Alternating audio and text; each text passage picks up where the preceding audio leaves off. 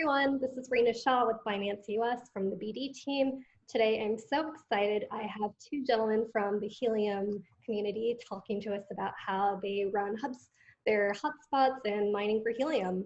I will let you guys introduce yourself. I'll go first. Hi, I'm Armand Desfoulier-Arjamandi. I've been involved in the Helium community for about 9 or 10 months now, and I'm a patron.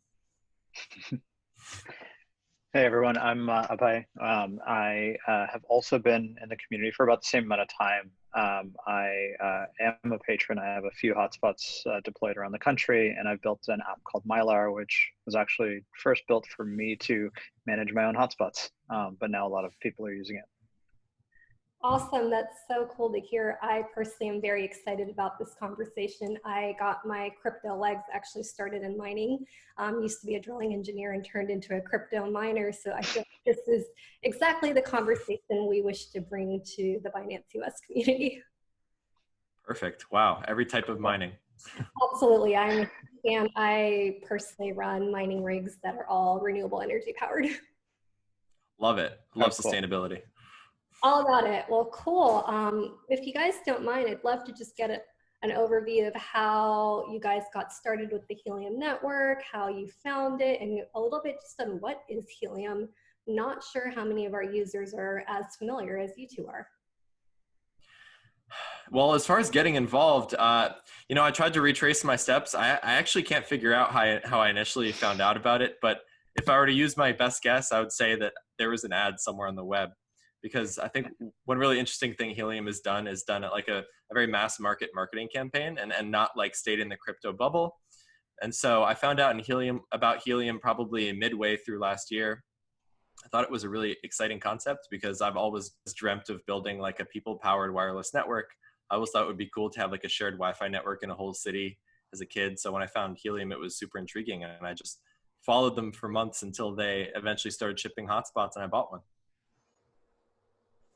That's so cool. I'm wondering how the hotspots kind of run in the cities and how people are building the People's Network. So I got involved in the community through a friend who actually works for the company. Turns out a lot of the folks that were sort of early engineers of the company were sort of friends in the San Francisco distributed systems network. So got in through the engineering side. But really saw something in this network that incentivized the actual people doing the work and did it in a really clean way. I actually found it to be one of the first examples of a crypto network that was very direct on like incentive and very incentive aligned. And so I really appreciated that, and I got into it because of that. As far as how it works, the hotspots themselves do two things. They mine, so they actually create this cryptocurrency, but they also provide the utility of providing backhaul for these sensors that are deployed around the city. So they are super low power. They allow you to deploy thousands of sensors in a 2-mile radius, and this one hotspot can pick up the signals from all of them and send it back to the internet. What do the hotspots look like? Are they like pretty compact? Is it something that I could put on my little desk, or are they larger scale? Yeah, actually, they look like a. Oh, he has one. Okay. I have one. I have one right here. So it's about the size of a normal Wi-Fi router. I would say it's a lot prettier, in my opinion. It's not big at all. It's very light. It has this nice antenna with 2 little yellow bands on it. It's got an Ethernet port and it's got power. And I think it's a great design. And one of the unique things about this is that the Helium team designed it from the beginning to be usable by anybody, right? A lot of crypto stuff is very like esoteric to normal people, and it's only kind of for tech people. But this is the opposite. It needs to be able to appeal to everybody, because in order for the network to be built, you need a lot of locations, right? And so I think that's a key insight and why Helium is cool. And building on what Abe was talking about the low power nature of it, this is creating a network for devices that currently have no network, at least in the US. So these tiny sensors are for things like dog trackers and Lime scooters and smart parking meters. things that need to connect, but need a really low frequency of connection and really want to pay a super low cost. Mhm. So for example, the Helium network can enable costs of like $1 per year for a sensor, and it can last years on a battery. This is simply not possible on any other network, including cellular networks, which are too expensive and power hungry. So that's what's really unique about Helium. And if you look at other countries, the LoRaWAN standard, which is what the Helium network is built on, has been very successful. Like countries like France and Germany, some telcos have built out LoRaWAN networks there. Mhm.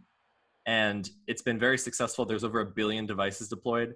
And guess what? Helium's cost structure and the fact that it's hosted and owned by people is going to come in and undercut even those existing networks, because it's such an efficient way of building a network. How do these hotspots talk to each other, or how do once, let's say I connect mine, how does the data get transmitted across the network? Yeah, I could take that. So there's a couple of different components there. One is, you have a sensor, and that sensor is sort of broadcasting in every direction. If a hotspot picks up that signal, it says, "Great, like this is a packet that I need to send back," and it sends it through another node in the network called a router. Today, Helium Inc. Runs the one or actually two routers in the network, and those routers essentially know, okay, this is a sensor. This sensor is attached to this account. That account has a data credit to spend. We will burn that data credit and then forward it to the place where it's been registered. So effectively, like, you have a hotspot, which is a gateway. You have a router that's also on the network, and then the router makes sure that it gets back to where it's supposed to go. How quick is this transmission time? It seems like it would be pretty fast. Yeah, it's about as fast as the bandwidth or the backhaul that you have in your home. So after that, it just goes over an internet. How many hotspots are currently stateside? About 6,000, if I remember correctly. We just crossed that number, and this is between the United States and Canada. There have been a couple of enterprising folks who have taken these hotspots outside of the US and Canada, but unfortunately for them, once their local hotspots come online, they won't actually be able to participate. But it's still fun to see, hotspots in Japan and in France and Italy and places like that, because it's just people are getting excited about it and they want to be able to use it today. From my understanding, this mining is a lot simpler than maybe the more industrial rigs that I've set up personally. What makes mining so interesting for this to you guys, or where do you see benefits in it? Yeah, so this is really different from other types of mining that are traditionally proof of work or proof of stake. So proof of work is just like trying to generate the right random number and spending a lot of energy trying to do that. Proof of stake is like, here, I have some coins, I'm going to put this up and secure the network with my stake. Well, this is proof of coverage, and it really is more about radio waves than it is about crunching numbers. So if your hotspot can connect with other hotspots in the area through this little LoRa antenna, it's going to get rewarded for completing challenges. And the challenges are like, hey, is your hotspot providing coverage? If your hotspot passes the challenge, it gets rewarded. And so that's how mining works. And that's like obviously a big simplification of it, but that's the general gist. And the unique thing about this is like, it's not your traditional mining that's super power hungry or anything like that. This thing uses about the same amount of power as an LED light bulb. So like about 5 watts. Wow. And the amount of bandwidth it uses internet wise is minuscule. It uses about 5 kilobytes per second. And I did the math. It's like 200 times less bandwidth than streaming Netflix. So this could go in anyone's home. It could go almost anywhere. You could put one in a tree and backhaul it with a cellular connection, and run it with a solar panel, right? Like, this is not about using a ton of energy. It's actually about creating wireless coverage. When these hotspots connect, I guess, or talk to each other, then you're securing the network by providing more coverage. And I guess the goal would be to bring this coverage all across America. Got it. Just making sure. For sure. Yeah. So ideally we want to go where the data is needed, right? And so where the connectivity is needed. You want to incentivize growth everywhere, obviously, in a lot of major cities, but Armand mentioned this a little bit. Having hotspot in the middle of a field with the solar and with the solar array and a cell backhaul could actually be useful, especially for farming or for oil and gas. You know, having a hotspot on every single oil rig is something that is actually happening today. And there's a few folks that are working on that today. There are folks that are working in agriculture to put soil sensors, you know, all around the field, and irrigation sensors, and really like LoRa is already being used for automatic irrigation systems in France and in other places as well. You know, you have folks like, I think in Finland, there's a ranger tracking system that's based on LoRa. Yeah, and so like, you know, and then like some cities have done it just on their own as a municipal product. So, you know, Calgary, the city of Calgary worked with the university there to deploy a citywide LoRa network on their own. You know, what Helium sort of brings, and the Helium networks brings, is the ability to sort of tie the incentives of creating the coverage to the actual folks that are doing the work for it. I wish these were there on the oil rigs when I was living on the rigs about 6 years ago. This would have been interesting, and I probably would have had a lot better cell coverage. Yeah, no, I think to add on to what Abe said, one of the really interesting things about the Helium network is that it's based on LoRaWAN, which is a standard that's been around since 2013 or 2014, and it's had years to develop. And there's actually just like tremendous demand for a LoRaWAN network in the US and globally. Like right now, everything is super fractured. There are carriers in some countries. Most countries don't have any coverage at all. Right. And in countries where there is coverage, there's significant usage.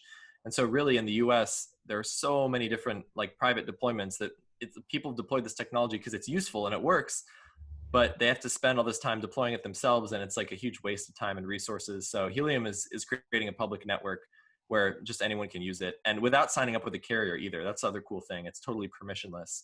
So all you really need to do is buy or burn data credits, burn HNT into data credits. You can run your own router. Everything's fully encrypted. You own all your data, but you're still using the public hardware infrastructure. And I think that's really, really cool. I like that it's bringing freedom to give more options to provide coverage in areas where it might be desperately needed or areas that have been overlooked. I would love to actually see one of these maybe hooked up in some national parks. Oh, definitely. I think actually there was an early use case I saw. Helium was partnering with a company, I'm sure they're still working on it, that is interested in doing wildfire detection. So because the LoRa end devices are so low power, you can just, again, I was kind of joking earlier, but they're literally going to be putting them in trees to detect heat changes and, you know, sense wildfires before they happen. And obviously the earlier you get to a fire, the better, right? Because they grow exponentially. So this could have a huge effect in a lot of parts of the country. Where do you see excitement building for the People's Network, and where do you see it growing? I think it really is. So in the last week, finally started rewarding hotspots for doing the data transfer itself. And I think that's where most of the excitement's coming. You know, seeing real utilization and actually incentivizing that utilization, that's where the People's Network is really going to grow. I think people are going to come to it because it's not just some project that's out there, right? It's actually doing something. And I think that, you know, seeing that utilization, I think drives people to invest more. And so I think we're going to see we've seen a huge ramp up in the number of people that are actually participating in the Discord channels, actually talking about things on Twitter. You know, that the excitement's there because they're seeing the utility, I think. Yeah, the excitement's really strong, and enthusiasm is really strong. And once people come, they generally stay. Like I haven't really seen that many community members, prominent community members leave ever. And I think there's a few reasons for that. One of them is that, again, real utility. Like this is an actual network that does real things and people need it, and they want it built desperately, and they want to run their use cases, right? So this is why they're so energetic and excited about it. And on the other side, you have people who are encouraged, excited to build the network and get the rewards. And I think another really cool thing that's worth stating is that Helium was founded in 2013 and was never intended to be a blockchain project. And this is maybe the first time I've ever seen a case where the blockchain was added on at the end because they're like, there is no other way to do this. they tried so many different incentive models to try to build this network, and nothing worked until they realized that they could create a decentralized, permissionless rewards model for adding and creating coverage to the network. And most crypto projects are, in my mind, the opposite. They're like, we have this really cool technology and we'd like to apply it to existing industries. This was, we have this existing industry and we need a technology to make the economic model work. And blockchain was that technology. So I think that's really, really cool. And it's led to the community having a lot of what I would just call regular folks, the regular developers, and not necessarily as many crypto people as you would expect. Yeah, I think for me, what resonates is the branding that it's the People's Network, bringing the power back to people to take control over the things that they may have not had control in the past. Does it resonate the same with you too? For sure. I mean, I'm happy to have a gigahertz antenna on my roof for my backhaul for my internet. I don't use a typical carrier. I love that, you know, that there are these opportunities for local companies to, and I'm in San Francisco, so it's a company called Monkey Brains. Happy to plug them because they're amazing. You know, they provide amazing coverage for my regular internet, and that's what my Helium hotspot uses to provide backhaul for everybody else in my area. And so, you know, having the opportunity for, you know, small local companies to be able to provide value, and I think is something that Helium can provide. You know, Helium today, you know, the fundamental LoRa technology is for these low power devices, but the blockchain itself doesn't need to be limited to that particular use case, in my opinion.